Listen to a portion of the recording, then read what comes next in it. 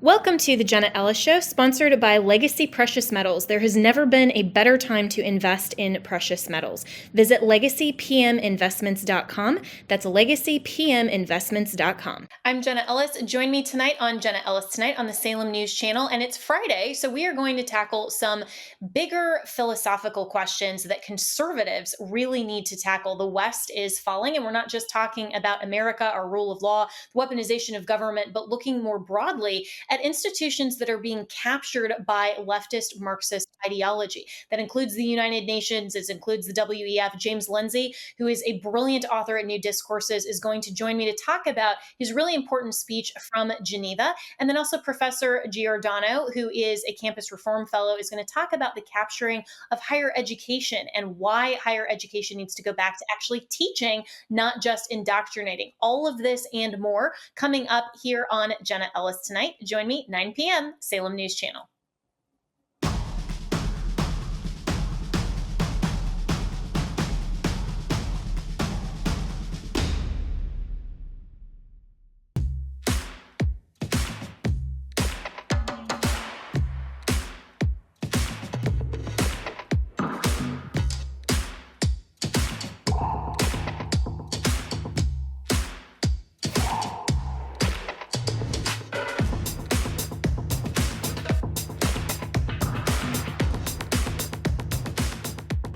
Good evening and welcome to Jenna Ellis Tonight. So this week we have been focused on what is going on within our country and all of the congressional hearings, all the top trending headlines that affect our country. But let's take a step back and look globally. There are still a lot of existential concerns that are challenging the West as a whole and our way of life. And James Lindsey is one of those that speaks very prolifically on this topic. And he had a great speech about the evil organization that is the United Nations right outside of the United Nations headquarters in Geneva. This is what he had to say. Thank you all for being here. We stand in front of the global headquarters of one of the most evil organizations ever to curse this planet, and I'm here to condemn it. We may as well be making this event in Red Square in 1934, or before the Chancellery of Berlin in 1944, or in Tiananmen Square in 1954, because the ambition of Geneva in 2024 is the same. Their ambition is to control the world with a global tyranny and a global religion called sustainability and inclusion. This vision was first articulated by a former Assistant Secretary General of this organization named Robert Mueller, who laid out a vision leading up to the Millennium Assembly 25 years ago, not just for a global tyranny, but for the United Nations to seize control of the entire evolution of man and the evolution of Earth. That cannot be. He put forth this vision believing that the world is a meta-organism. The nations of the world, the ecosystems of the world are like organs of a single body. The people, the plants, the animals are like its cells. And for them, the United Nations will be its central nervous system, its brain, the center of its soul. Obviously, we will have to sacrifice our sovereignties, national and individual, to achieve this vision, this evil, demonic vision, and we must say no. The Sustainable Development Goals show that this has crystallized and was taken seriously, and we come to Geneva to say no, we will not go with you.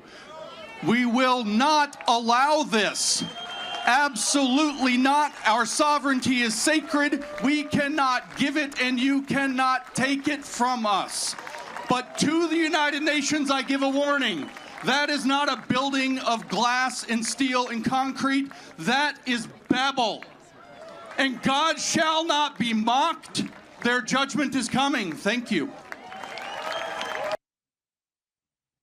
James Lindsey, an author at New Discourses, joins me now. So James, very, very powerful speech. And you ended with a theological premise about harkening back to Genesis and why that particular reference. I mean, this was such a powerful message.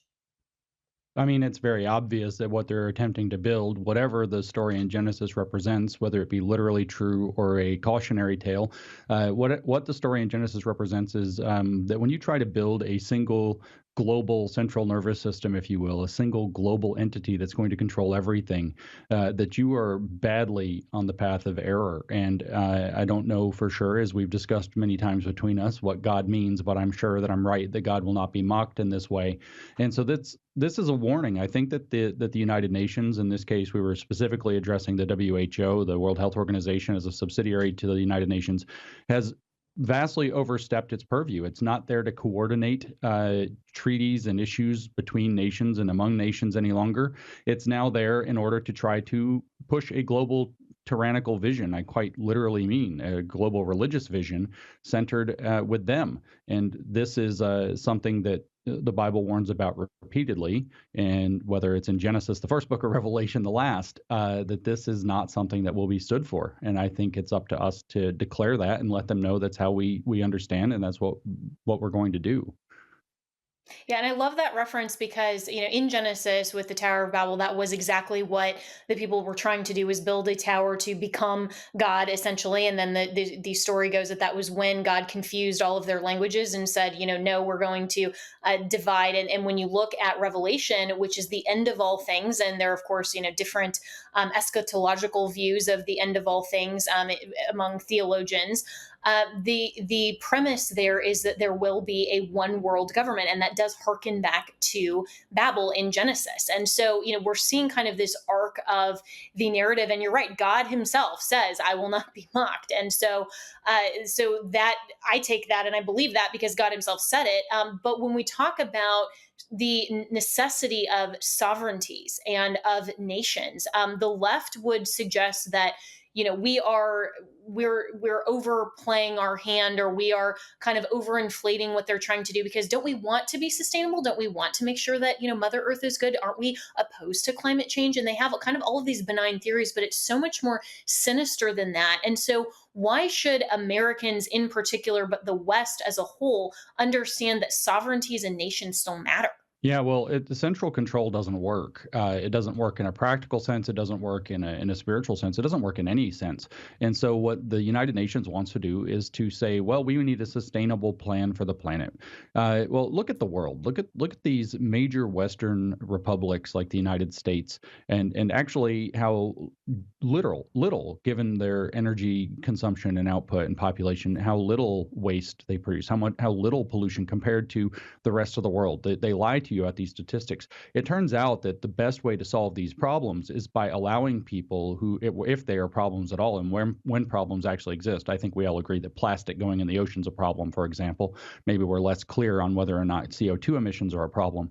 But the best way to solve these problems is to let the people close to these problems innovate and come up with solutions. The best way to deal with resource depletion or resource limitation is to allow a market that generates higher costs and more challenge as you approach resource limits, forcing innovation. Every major step of growth in humanity, whether population growth, whether expansion, whatever else, has been the result of technological innovations that have come through the necessity of running up against problems. And so what they want to do is say, no, that'll never work. Just give us the control, give us the power, give us containment of all of this, and we're going to shrink our economies. It's a degrowth model. We're going to shrink our economies. We're going to shrink GDP. We're going to shrink output, and we're going to find this sustainable circular economy where we're just going to control everything. And what this requires is to smash what it fundamentally means to be human. It means making a global tyranny to force people to try to make this program work, which will not work. And like I said, they are doing this through a global value system or a global religion of sustainability and inclusion that's supposed to make people, do their part voluntarily. But those words don't mean what they sound like they mean. And their ambition is not to help the planet or to help people. It is to use those things as excuses to gain power. And we can all see that now. And there are so many more organizations. I mean, not only the United Nations and some of these other government funded organizations, but also the WHO, the WEF. I mean, all of these things that are very organized to achieve this kind of leftist utopia. The right seems to not be nearly so organized. Why is that such a big problem and I think a fault on the part of conservatives. Well, it turns out communists are good at organization, and of course, when we mention these organizations that are implementing this plan, we can't neglect to name, I think, the biggest, which is bigger than the United Nations in this case, which is the Chinese Communist Party, the CCP. The CCP is behind much of this. The CCP, for example, when we talk about the power grab happening with the international health regulations, that got forced through in Geneva that very same day that we protested outside of the building.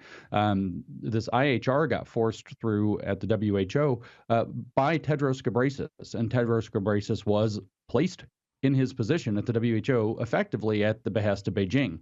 And so it's very important to understand that the Chinese Communist Party is behind this. But the reason that conservatives are less organized is because we tend to solve societal problems like I was describing, kind of emergently. We allow people to deal with the problems closest to them, to figure out how to add value to a situation, to solve problems that they understand. And we don't try to do these giant globally coordinated pushes to seize power that we don't know how to handle or wield. There's a certain humility among us. So we stay disorganized and they're very organized. But like I said at the end of my speech, I think they've now crossed a line to where whether it's just that people see it and don't trust them, and so in that sense, God will not be mocked. This thing's going to fall apart for them, I think, at this juncture. I hope that it does. And, how would you encourage the people watching to get engaged and to ensure that this kind of regime ultimately fails? Well, you need to get informed and you need to speak. The thing that the communist program historically has always feared the most is exposure. When people understand that they are not there to actually promote sustainability or there to promote inclusion or any social good, anti-racism, LGBTQ inclusion, whatever the value system that they push it, when people understand that they're not actually there to promote that, but they are there to use that as an excuse to manipulate people into giving them power, they lose their ability to steal that power and to wield that power. And then we can start to make progress at accountability for what they've already stolen, what they've already damaged. So what I encourage people to do is to pick some topic within this, whether it's the United Nations or the WHO, whether it's something to do with your local school board or your kids individually, and get informed enough to get involved, to understand the issues and fight back against them. Join in organizations. The Sovereignty Coalition, for example, is fighting this with the United Nations and its junction with the CCP and the WHO. You can get involved in that and get informed, start listening to the people who are already speaking, read up on the issues. There are thousands of documents that we need people reading and exposing to the world, and it makes a difference. Yeah, I think that's really smart advice because a lot of people feel like they can't get involved in everything. They can't solve all of the world's problems, so they just sit back and they do nothing. But if you just get engaged in at least one thing, if everyone who is still conservative in this country and in the West would do that, then we would see a broader coalition and would actually bring about more change and going on the offense. So James Lindsey, author at New Discourses, always so appreciate your insights. I always say he is probably the smartest man that I know. So we'll be right back with more here on Jenna Ellis Tonight.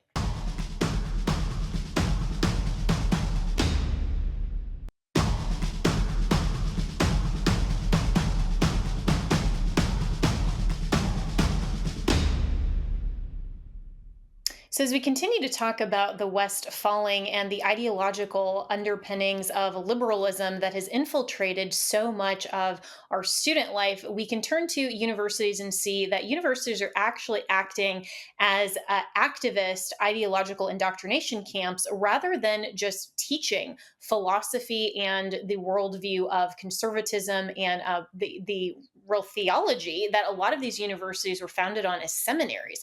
There's a great op-ed in The Hill earlier last week that said this: activism is not the mission of universities. Americans' confidence in higher education was already at historic lows, just 36%, and we can anticipate that it is likely to plummet further. These institutions must refocus on their core mission: critical thinking, scholarship, and merit. If they do this, they may be able to reclaim their integrity and rebuild trust. If not, they will continue their decline into irrelevancy. So Nicolas Giordano is a professor at a community college and also a campus reform higher education fellow, and he joins me now. You're the author of this op-ed, and I think you're absolutely right, Professor.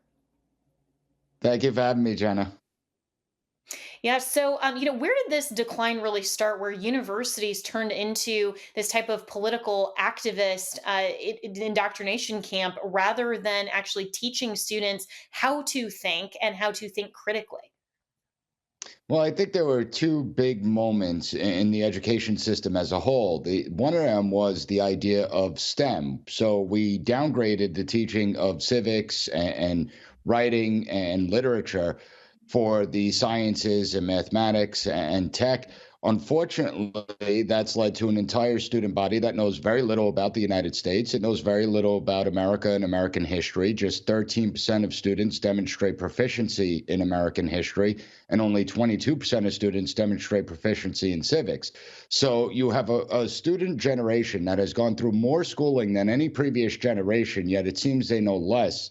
And at the same time, we've had ideologues replace educators. So it used to be that the people teaching in the classrooms were the subject matter experts. I mean, I had Marxist professors when I was going to college, but they had an appreciation for education. They liked the debate and dialogue. They were subject matter experts in their field, and they could answer any questions and engage. However, what we've seen is a movement away from subject area expertise. And what they lack in the subject material, they have now replaced with ideology. And it's why I wrote the piece, because what we're witnessing is a bunch of politicians, college administrators, and even faculty members that have forgotten what the higher education system is all about. They promote this idea of activism. And that has nothing to do with higher education. Higher education is about instilling the ability to think critically, getting the students to be able to problem solve, have them engage civically and be productive members of our society and be productive within the workplace. We've deviated from that, and it's clear. We see it every day because our institutions are suffering. Yeah, so well said. And it's mainly because of this Marxist ideology and a lot of these professors that are purposefully and intentionally trying to indoctrinate their students instead of teaching them subject matter expertise and how to critically think and be a productive member of society in a given field. I mean, that's what education should have been about. And so how do we start kind of winding that back and having a model of universities back to where it should be? Well, at Campus Forum, we've been very critical of the whole diversity, equity, inclusion push. I think that we need to abolish it from the education system as a whole, because what we see is that diversity, equity, inclusion has nothing to do with diversity or inclusion or even equity. Really, what it has to do with is a leftist political agenda, and that's where you get them training activists as opposed to educating students. So I think that's the first thing that needs to be done. But I think some of the universities are beginning to wake up to some of the problems that the diversity, equity, inclusion model has created. You know, when you have students screaming about intifada and chanting death to America and death to Israel, many have seen it's gone too far. And we see schools like University of North Carolina start to defund their DEI programs. What's happened is there's been an enormous amount of pressure. They've been exposed. So you have employers that are now doing away with 4-year degree programs. You have parents and students that are now questioning whether or not getting a 4-year degree is worth it. They have lost faith in the higher education system. And then you have the donor class that has now begun to pull back its funds. And so universities are going to have to make a very tough decision. Are they going to continue with the ideological indoctrination and brainwashing that has been taking place for the last 2 decades? Or will they get back to the core of their mission, actually instill values and work ethics, merit, still instill scholarship and the search for truth? Or are they going to remain ideological? And I think that question's up in the air. But there is hope, because what we are seeing, we watch the 4-year Ivy League university campuses. What we don't pay attention to is the community college campuses. If you look at the community colleges, we haven't seen this level of protest. We haven't seen students commandeer buildings and take over the campuses, shut down classes. And the reason being is because the student body at a community college is more in touch with reality. Many of them work full time. They may have children that they take care of, elderly parents, or they're adults returning to the school to get a better position at the workplace. And so they're more serious about their education. They don't live in that groupthink mentality like the 4-year university campus. And it shows that there are students that do want to learn, that can engage. In my classroom, I have yet to have a debate that devolves and students are disrespecting each other. They conduct themselves well. They treat each other with respect. They respect each other's arguments, even though they could disagree with each other. And I think that we should focus more on the community colleges and what they're doing, as opposed to the university bubble that's created the cultural rot in the first place. Wow, isn't that an amazing observation? I mean, and if you talk to the average student, they don't want to go to a community college. They'd rather go to Ivy League just because that's more impressive to some of these, to be a graduate of an elite institution because of some of these other employers, when really it sounds like you're getting a far superior education, especially among the discussion with your professors and your colleagues in some of the lesser known and maybe less prestigious institutions. But that's where the education is actually occurring. And so just in the last 2 minutes I have with you, Professor, are there any incentives for these Ivy League institutions to stop being so ideological and return to actual education? Yes, obviously, tuition dollars, that's what talks. And if students aren't applying to these schools and we start to see enrollment drops, well, change the institution's behavior. As I said, I think the donor class is the one that plays a very big role, because if the donor class pulls back, that's going to hurt the endowments of these universities. But there's one other thing, and that's after witnessing what's been taking place on some of these campuses over the last 6 months. There have been several announcements from employers that they will not hire students from these schools. And I think that also plays a big role, because if I'm a student that's now applying to these universities, well, I'm going to rethink where I'm going, because ultimately, at the end of the day, they want to get jobs. They want to get a career once they graduate after spending all that money. And so I think that will force the institutions to change their behavior.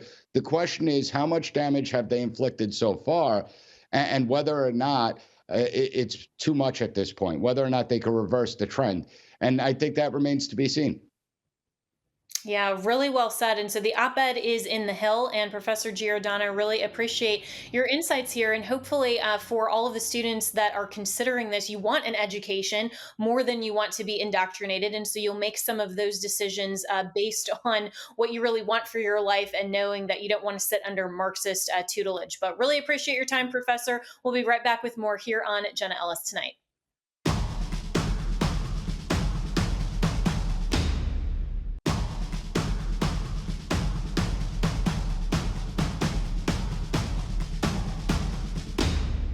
Well, speaking of ideology, former President Trump was asked about his and his faith in God on Fox and Friends Sunday, and Jon Root posted this clip to his X account. Listen to this. Relationship with God like, and how do you pray? That's Sharon from Alabama. Okay, so I think it's good. I do very well with the evangelicals. I love the evangelicals. And I have more people saying they pray for me. I can't even believe it. And they are so committed, and they're so believing. They say, "Sir, you're going to be okay. I pray for you every night." I mean, everybody, almost. I can't say everybody, but almost everybody that sees me, they say it. It's such a beautiful thing. You know what's a beautiful thing too? When you look at all of this bad stuff going on, they have nothing to look up to. They have no God. They have no anything. They kill people, they beat people, they push people into subways. There's just nothing there. Religion is such a great thing. It keeps you, there's something to be good about. You want to be good. It's so important, and I don't know if it's explained right. I don't know if I'm explaining it right now, but when you have something like that, you want to be good. You want to go to heaven, okay? You want to go to heaven. If you don't have heaven, you almost say, what's the reason? Yeah. Why do I have to be good? Let's not be good. What difference does it make? Right? Or they try to create heaven here. Jon Root is a cultural and political commentator, and he joins me now. So, Jon, you and I are both Christians. We are evangelicals. What was your response to President Trump's commentary? Well, I was just timing it again, Jenna, and I think I heard about a minute and a half of a non-answer. It's just every single time, like, we can give Trump his praises, we can stand up for him against the political persecution, but when it comes to his faith, and I think there was another Fox News town hall fairly recently over the last year, and he got a similar question. It's just like, tell us about your faith, and all he does is talk about how people are praying for him, how the evangelical community stands up for him and votes for him. We're not getting a clear answer. at all. And all we're looking for is kind of like a First Peter 3:15 model, like have a defense for the hope that you have. What's your prayer life like? Do you actually pray? Do you have any sort of connection with God through a church? Anything like that? We're never getting a clear answer from him. And I think it's such a bummer because people like you and I and millions of other Christians are actually looking for a legitimate answer to these legitimate questions. Yeah, and I think that these are important questions. And, we may say that it ultimately doesn't matter in the grand scheme of politics when we look at, are we going to vote for, Trump or the communist? And that's a pretty clear answer, I think, for most evangelicals. But for Trump to just pivot to saying, to the politics and saying, the evangelicals love me, rather than talking about his own personal faith when he himself identifies as a Christian, that is troubling. And I think that it does go deeper into kind of this mindset that he won't be personal. And how much more do you think it would resonate with true Christians if he was just open about his own personal faith? Yeah, I mean, there's a sense of you're afraid to say the wrong thing, but when you see a pattern of Trump continually dodging these legitimate questions, like there's videos out there of people asking him, like, what's your favorite Bible verse? And he won't answer the question. And these are very simple questions. So a lot of people are always going to reply and say, I'm not voting for a pastor in chief. I'm voting for a commander in chief. And you fail to recognize the fact that Donald Trump is constantly dodging these questions, these very simple questions. Like, Jenna, if someone comes up to you or I and they say, what's your favorite Bible verse? What's your prayer life like? What's your relationship with God like? We might have a different answer depending on the period of life that we're going through, the season, whatever it may be, but we always have an answer for that. So the fact that he can ramble on for a minute and a half, he doesn't tell people what his favorite Bible verse is, and he constantly just turns this into some sort of political pitch. And I think mostly, Jenna, it's like, this is selfish. It's always a politically, selfishly motivated answer. And I think that's really disheartening to me. Obviously, again, Biden's a joke. So people can say, oh, Yeah. well, it's not as bad as Biden doing the sign of the cross at a pro-abortion rally. Of course, it is not as bad as that, but we Right. can still. But I think you're right, because our Christianity is central to who we are. And we would just like to see a little more from President Trump. We'll be right back with more after this.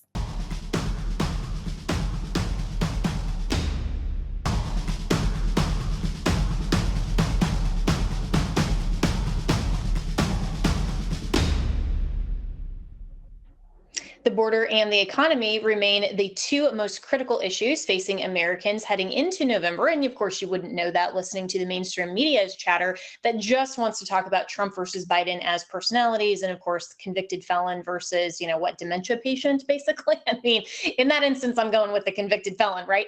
And yet, we should be talking about policy. Policy matters. And what values and what policy are we as Americans going to vote for headed into November? And that should not matter whether you are a Republican, a Democrat, or anything else.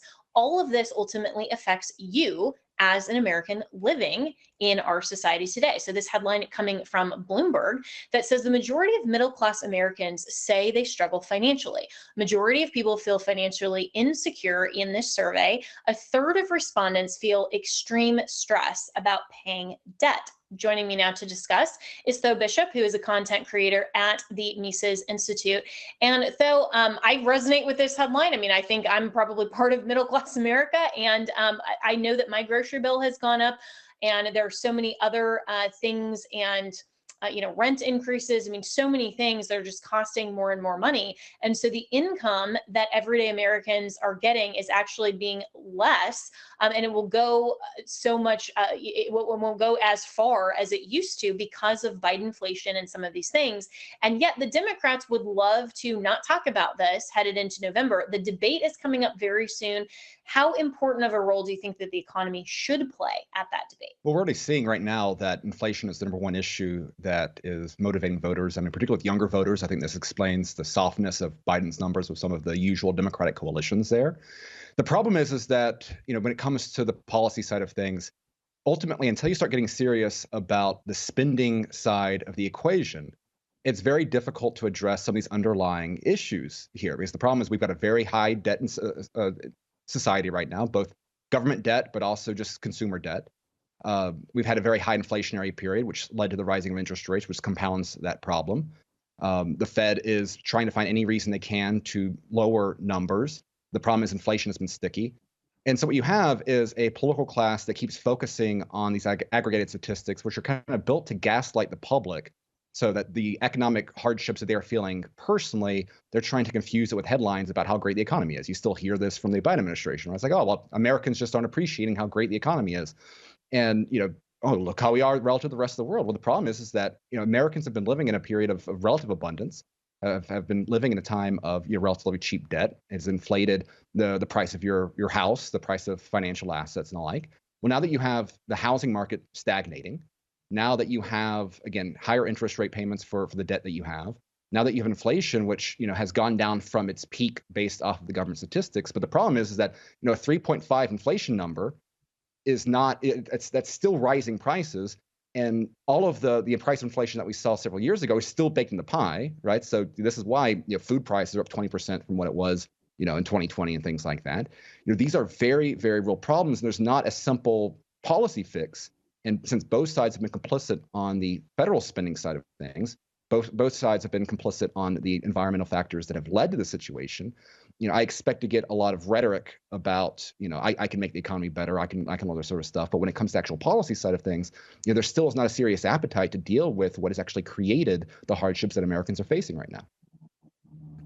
Yeah, it's the Biden administration continues to project, don't believe your lying grocery receipts. The economy is doing well. And I think you're right to suggest that these talking points and this rhetoric is just gaslighting the American public. But so many people are not really that well versed on economic topics enough to know where the disconnect is between all of these promises that are made at the debates and on commercials and on social media and what they're actually experiencing in their everyday lives. And so how can conservatives, and in particular Donald Trump, as he heads into that debate, really tailor this so that Americans can understand exactly what the Biden administration's policy is so that they can decide for themselves whether they want to vote for that or not? Well, I think the strength for Donald Trump right now is, again, that Americans are feeling this. This is why, in spite of how many times, a corporate press article can use the words convicted felon in it, we've seen that, even post conviction, Donald Trump is winning, in national public polls, right? And if you have a Republican that actually wins, the national popular vote, then what that's going to translate to the Electoral College is going to be even bigger, because again, we've only had one Republican victory of the popular vote in modern political history at this point. This is why you've seen massive draining in a lot of those swing states.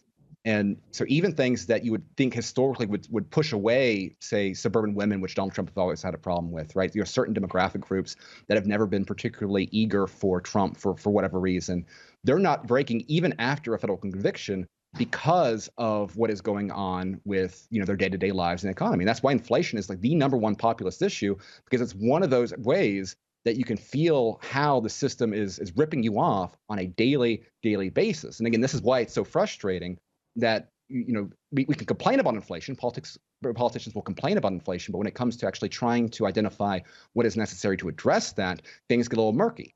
Donald Trump had an interview this week with Fox Business. There's a lot of good stuff in there, right? Obviously focusing on the energy side of it, that could play a major role, right? The stalling American energy production certainly did not help. That's a very easy, kind of low-hanging fruit issue. But he was pushed on, how can you be more like Milei down in Argentina, where you've already seen massive decrease in inflation down there. And ultimately, that's going to require dealing with the spending side of things. So he's talked about, abolishing the Department of Education, some of these departments, or at least massively throttling down. That is what needs to happen in practice, not simply in rhetoric, begin to start addressing some of these real core issues that's driving this hardship that, again, Americans are facing right now. Yeah, really well said. And so everyone is also waiting for Donald Trump to announce his vice presidential pick.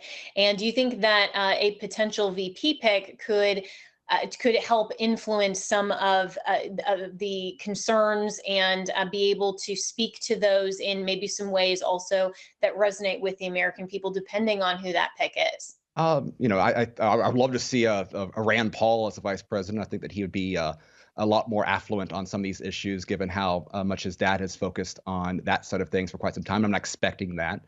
So I'm a little skeptical about the extent to which a VP, based on the names out there, is going to really help bolster the economic side of things beyond some of that cheap rhetoric. But hey, Vivek Ramaswamy is someone who's talked about the Fed a lot, so I would certainly appreciate his perspective dealing with some of these serious issues. Yeah, and there's a poll that I referred to earlier this week in the show that said that Gen Zers think of all politicians kind of by writ large as corrupt and really not addressing some of their most pressing concerns. And as we get, Gen Z is a rising demographic and huge voting bloc, along with millennials that I think are still currently the largest voting bloc. How much of this is important, especially when you have younger people not affording homes, not being able to live the American dream? I mean, are they just content to continue renting for the rest of their lives and have, minimum wage paying jobs and just say, okay, well, Biden's great because, he's promised to forgive my student loans? I mean, this doesn't seem to really be resonating. No, and I think that a lot of the ways the left has really leaned in the culture war, really since the Obama era itself, was kind of a response to Occupy Wall Street and some of that growing, kind of left-wing populist sentiment about the economic system. Well, they're getting kind of too close to the core there. Not that I support everything that Occupy Wall Street was talking about, but that's where you started seeing a massive change on the cultural issues. We have to have, talk about Pride Month all the time and try to have these sort of social justice narratives that distract from these core economic things. Again, I think that is losing its cachet, particularly with Generation Z right now, based off of what we're seeing in opinion polls. But really, this is a very fascinating global dynamic. You're seeing it with the UK right now, and one of the reasons why the Conservative Party is completely tanking, and the reason why Nigel Farage is really leaning into trying to attract younger Britons that are recognizing the extent to which their economic hardships are not being appreciated, and they're doubling down, like protecting pensioners over there at the expense of the younger generation. Again, a lot of our policy things here, again, like propping up the price of housing in order to keep your net worth, right? That's really good if you own a house, right? That's really good if you're at the point in your life where you have those assets. If you're not there yet, then you're the one getting hurt the most. And so I think there's a very interesting opportunity if you can tap into this generational resentment based off of the policies that have really hurt younger generations. That, I think, is something that could really change politics. I'd be interested to see if Nigel Farage can pull that off in the UK, and be interested to see who can step up in that role here in the US. Yeah, and I think that's a really great analysis, that this isn't just an issue for America, but this is really Western culture in particular that has seen the left really focusing on the LGBTQ rainbow mafia culture issues and really not honing in on what's actually important to their citizens. So, Bishop, thanks so much. We'll be right back with more here on Jenna Ellis Tonight.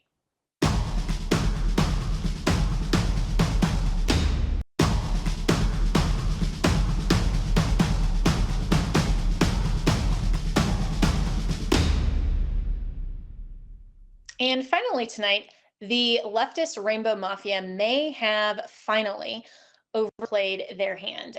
This headline saying that the United Methodist Church is losing a lot of members. More than 1 million United Methodists quit the church overnight after sex rule change. The UMC bishops approved gay pastors and same-sex marriage in the U.S. early May. The Ivory Coast division of the church responded by defecting on May 28th.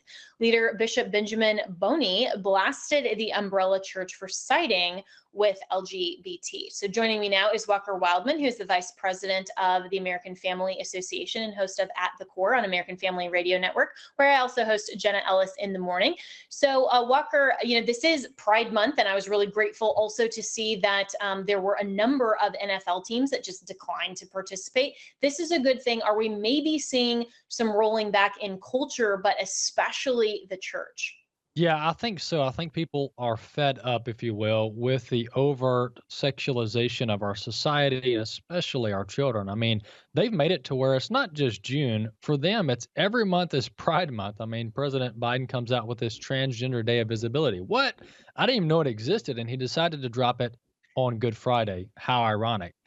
So yeah, people are over this, and it's not just Christians, just average people who don't want this LGBTQ junk shoved in their face every day. They're over it as well. They're like, isn't there more to this world than so-called Pride Month? But when it comes to the Methodist Church, my grandfather, Don Wildmon, was a longtime Methodist pastor before they went woke. And he fought the Methodist Church back in the 70s and 80s on some of these very, very same subjects. But when you disregard biblical teachings, you're going to have problems. And that's what the United Methodist Church is having now. They're having major problems. But the frustration is, if you're going to call yourself a Christian denomination and say that you believe in the Bible and you believe in God and you believe in Jesus Christ as the Son of God, then you need to adopt the whole teachings of Scripture. Otherwise, just don't be a believer. Don't be a Christian. Be an atheist. Be an unbeliever, agnostic, whatever you want to be. But the problem is this is a mainline Christian denomination, but they're disregarding the teachings that they claim to hold on to. So that's the problem here, and that's why people are departing. And one last thing I'll say on this is the irony here is that some of these Christian denominations are claiming to want to appeal to the broader audience, and that's why they're going soft on some of the biblical teachings of Scripture. But instead of it bringing more people into the fold, it's actually causing more people to flee these denominations, and that's what you're just seeing with the United Methodist Church. Yeah, so well said that if you're going to call yourself a Christian, then that means by definition you believe in what the Bible teaches and you are assenting to God's judgment being more sound perhaps than your own. I mean, there are certainly things that we can debate over what does the Bible mean in terms of certain passages. There are things that are so-called in-house debates, but the sanctity of marriage is one of them that is very clear, starting from Genesis 1 all the way through the New Testament. Jesus, of course, ratified that, so did the Apostle Paul. I mean, these are just very clear tenets of the faith. And then you even have some other denominations like the SBC, for example, that wants to say, well, in light of feminism, we want to make it so that women can be part of the ecclesia, which is clearly against the teaching of Scripture. And so there is a lot of division there. And I think you're right to pose the question, why do people want to call themselves Christians but not actually follow what the Bible teaches? Well, there's the way of the world and the way of our flesh and the way of humanity, which always leads to unmitigated disaster. I mean, every time man says my way is the best way, it always goes south. Literally, it never ends well. And so this is the same case here. When you say, I know what God's word says, but I don't really want to follow that. I think my way's better. It always ends in disaster and destruction and division. And to your point, the Southern Baptist Convention, I mean, they're meeting next week in Indianapolis, and they're discussing whether women can be lead pastors in the church. And of course, the biblical answer to that is, of course not. When you read the teachings of the Apostle Paul and on the entirety of the New Testament, it's clear that women aren't to be lead pastors. It doesn't mean women are less than, or women can't serve in the church, or women have no contribution to the body of Christ. That's not what Scripture says. It just says that the position of the lead pastor is reserved for men, plain and simple. And so that's being debated in the Southern Baptist Convention. But the United Methodist downfall started with this very subject of whether women can be lead pastors. And 30, 40 years ago, they said, yeah, this is a great idea. Even though the Bible says no, let's make women lead pastors. Now they're debating whether marriage is between a man and a woman. Wow. And hopefully the SBC doesn't go that far, but this just shows that if you start with rejecting some very clear commands of God in favor of saying, well, this is so offensive to women. And as a woman, I'm not offended by that. I can't be a father either, or a husband. There is some positional authority that women can't have, and likewise men. So that is actually okay, but you'll get into a slippery slope really fast. But that's all the time we have for Jenna Ellis tonight. Make it a great night and a great weekend.